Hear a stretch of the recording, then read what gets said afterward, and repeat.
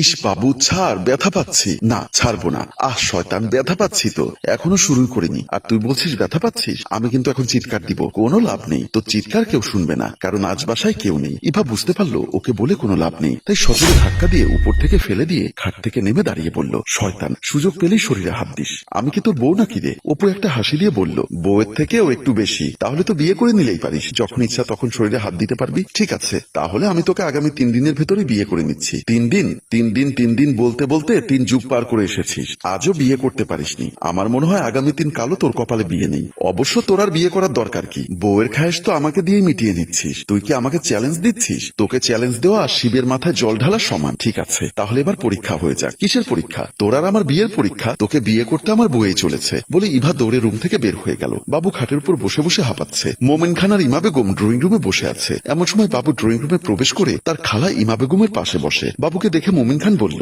বাবু তোমাকে আমি একটা কথা বলবো ভাবছিলাম, কিন্তু তোমাকে তো পাচ্ছিলাম না। জি খালু বলুন, কি বলবেন? আসলে বলছিলাম ইভার একটা ভালো সম্বন্ধ এসেছে, খুব শীঘ্রই ছেলে পক্ষ আমাদের বাসাবাড়ি দেখতে আসবে। মোমেন খানের মুখে এমন কথা শুনে বাবু চমকে উঠল, কারণ আজ সকালে বাবু ইভাকে চ্যালেঞ্জ করেছে 3 দিনের ভেতরে সে ইভাকে বিয়ে করবে। বাবুকে এমন হতভম্ব থাকতে দেখে ইমা বেগম বলল, কি হলো বাবু, তুই এমন হাবলার মতো বসে আছিস কেন? তোর খালু কি বলছে বুঝতে পেরেছিস? বাবু নিজেকে স্বাভাবিক করে নিয়ে বলল, জি খালা বুঝতে পেরেছি। তাহলে আর বনে বনে না ঘুরে এবার বাসায় কিছু খুঁটিনাটি কাজ আছে, এই কাজগুলো শেষ করার ব্যবস্থা কর। জি খালা, তুমি চিন্তা করবে না, আমি আজ বিকালে মিস্ত্রি নিয়ে এসে সব কাজ শেষ করে ফেলবো। মোমেন খান বলল, তুমি এক কাজ করো, আমার বাথরুমের বেসিনের পাইপটা ফেটে গেছে, ওই পাইপটা একটু ঠিক করার ব্যবস্থা করো। বাবু তখন মাথা নাড়িয়ে হাবুদুক সম্বোধন জানিয়ে ড্রয়িং রুম থেকে বের হয়ে গেল। মোমেন খান আর ইমা বেগম ড্রয়িং রুমে বসে গল্প করতে লাগলো। রাতে বারান্দায় পায়চারি করছে বাবু। এমন সময় গুটি গুটি পায়ে ইভার সামনে এসে দাঁড়াতেই বাবু উত্তেজিত হয়ে বলল, এখন আসার তো সময় হয়েছে, কি করব?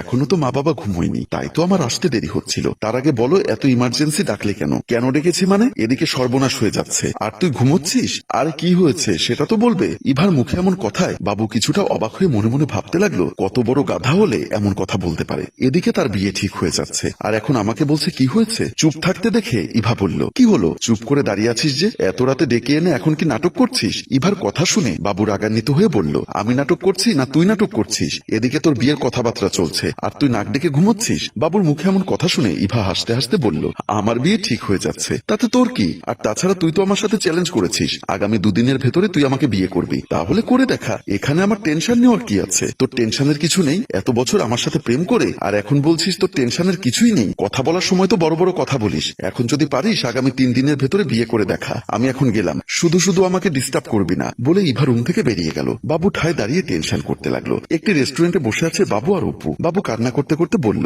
বন্ধু তুই একটা কিছু কর, যেভাবেই হোক ইভার বিয়েটা ভাঙতে হবে। দেখ বাবু, আমি এখানে কিছু করতে পারবো না, এখানে যা করার সব তোকে করতে হবে। অপু তুই আমার বন্ধু এই কথাটা বলতে পারলি? তুই তো জানিস আমি ইভাকে সেই ল্যাংটা কাল থেকে ভালোবাসি, আর সে এখন অন্যজনকে বিয়ে করবে। অপু বাবুর কথা শুনে রাগান্বিত হয়ে বলল, তুই বিয়ে না করলে তার বাবা মা কি তাকে ঘরে সাজিয়ে রাখবে? তোকে সেই কবে থেকে বলছি লেখাপড়া শেষ করেছিস, চাকরি বাকরি করছিস, এখন তোর বিয়ের সময় হয়েছে। খালা খালুর কাছে তোর আর ইভার প্রেমের কথা খুলে বল। কিন্তু তুই তা না করে এখনো তুই 9-10 বাচ্চাদের মতো লুকিয়ে লুকিয়ে প্রেম করছিস।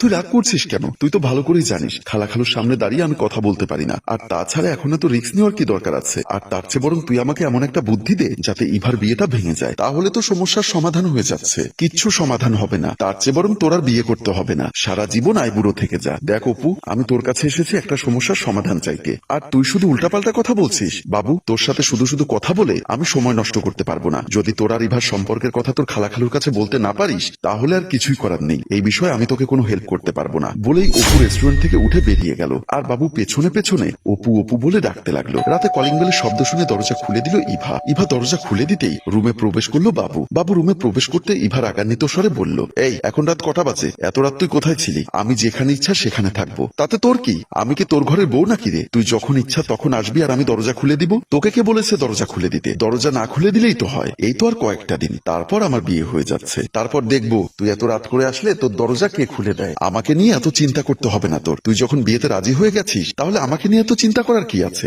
রাজি না হয়ে কি আর তোর আশায় থাকতে থাকতে আমি আইবুড়ো হয়ে যাব? তুই যখন মা বাবার কাছে বলতে পারবি না বিয়ের কথা, তাহলে তোর আশায় বসে থেকে কি লাভ বল? তোকে কে বলেছে আমার আশায় বসে থাকতে? তোকে আমার খুব ভালো করে চেনা আছে, তুই স্বার্থপর। তোর মতো স্বার্থপরের সাথে সম্পর্ক করে জীবনে ভুল করেছি। বলেই বাবু তার রুমের দিকে চলে গেল। আর ইভা পেছন পেছন বলতে লাগলো, তাড়াতাড়ি হাত মুখ ধুয়ে খাবার টেবিলে আয়, আমি তোর জন্য খাবার রেডি করছি। বাবু বাহির থেকে এসে হাত মুখ না ধুয়ে তার বিছানার উপর শুয়ে পড়ল। এমন সময় ইভা হাতে এক প্লেট ভাত নিয়ে তার পাশে বসে বলল, কি হলো, না খেয়ে শুয়ে পড়ছিস কেন? বাবু শোয়া থেকে উঠে বসে বলল, আমি বাহির থেকে খেয়ে এসেছি, আমার পেটে ক্ষুধা নেই। বাবুর কথা শুনে ইভা হাসি দিয়ে বলল, ওহো মা, এখনো আমার বিয়েই হয়নি, তার আগেই বাহিরে প্রেমিকা জুটিয়ে ফেলেছিস? দেখ ইভা, উল্টাপাল্টা কথা বলিস না, এমনিতেই মন মেজাজ খারাপ আছে। নে, আমি তোকে খাইয়ে দিচ্ছি, তাড়াতাড়ি খেয়ে নে। বললাম তো পেটে ক্ষুধা নেই। দেখ বাবু, আমার সাথে মিথ্যা কথা বলিস না, তুই বাহিরে কিছুই খেয়ে আসিসনি, নে খেয়ে নে। বলেই ইভা এক লোকমা বাবুর সামনে ধরে। বাবু বাধ্য ছেলের মতো আর কিছু না বলে ইভার হাতে খেতে লাগলো। আজ ইভার বিয়ে। এমন সময় বাবু লাগেজ হাতে মেইন দরজার সামনে আসতেই মোমিন খান বলল, বাবু তুমি কোথায় যাচ্ছ?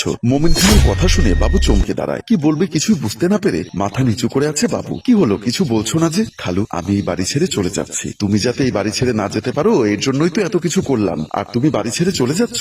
এমন সময় ইমা বেগম নববধূর সাথে ইভাকে নিয়ে এসে বলল, তুই একা যাচ্ছিস কেন? ইভাকে নিয়ে যাবি না? ইমা বেগমের মুখে এমন কথা শুনে বাবু চমকে ওঠে। ইভা বাবুর দিকে চেয়ে মিটিমিটি হাসছে। এমন সময় ইমা বেগম বলল, তোকে ছোট থেকে লালন পালন করে বড় করেছি, তোর কি মনে হয় আমরা তো চোখের ভাষা বুঝতে পারি না? খালু বলল, বাবা তোমরা যে একজন আরেকজনকে পছন্দ করো ইভা সব আমাকে খুলে বলেছে। আমাদের প্রতি তোমার শ্রদ্ধার দায়িত্ববোধ সবসময় আমাকে ভাবাতো। ইভা আমাকে সবকিছু খুলে বলার পর আমরা সবাই মিলে তোমাকে সারপ্রাইজ দেওয়ার জন্য এই নাটকটা করেছি। মোমিন খান আর ইমা বেগমের মুখে এমন কথা শুনে বাবুর দু চোখ বেয়ে আনন্দের জল গড়িয়ে পড়তে লাগলো। এমন সময় ইমা বেগম ইভার হাতটি বাবুর হাতের সাথে মিলিয়ে বলল, যা রুমের ভেতরে যা, বাকিটা জীবন সুখে কাটিয়ে দে। সম্মানিত ভিউয়ার্স, একটি ভালোবাসার পূর্ণ মিলনের মাধ্যমে আমাদের গল্পটি এখানে শেষ করলাম। গল্পটি যদি আপনাদের ভালো লেগে থাকে তাহলে লাইক, কমেন্ট ও শেয়ার করে আমাদের পাশেই থাকুন। গল্পটির রচনা ও পরিচালনায় মোশাররফ হোসেন মৃদুল। ধন্যবাদ।